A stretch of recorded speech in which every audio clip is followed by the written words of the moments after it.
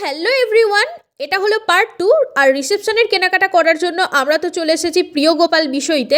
বিয়ে হোক বা রিসেপশন, পূজা তো দুদিনই শাড়ি পরবে, তাই ও তো এখান থেকে বেনারসি নিচ্ছে আর প্রত্যেকটা বেনারসি গায়ে ফেলে একবার করে দেখছে কোনটা ওকে বেশি মানায়। শপিং এর মাঝে আমাদের জন্য চলে এলো কোল্ড ড্রিঙ্কস, আর আমরা প্রত্যেকেই নিজেদের পছন্দ মতো কেনাকাটা সারলাম। আর তারপর চলে এলাম কলকাতার কালিকা হিন্দু হোটেলে দুপুরের খাওয়াটা সেরে নিতে।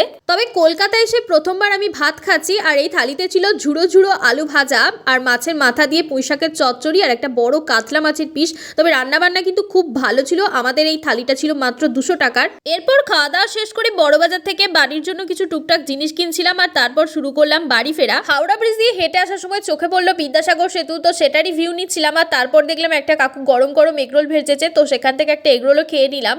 এরপর হাওড়া স্টেশনের পাশেই দেখলাম একটা দাদা পেয়ারা বিক্রি করছিল, আর এই পেয়ারাগুলো এত দেখতে লোভনীয় লাগছিল, তো এখান থেকে একটা পেয়ারাও আমি নিয়ে নিলাম। আর তারপর চলে এলাম বাড়ি।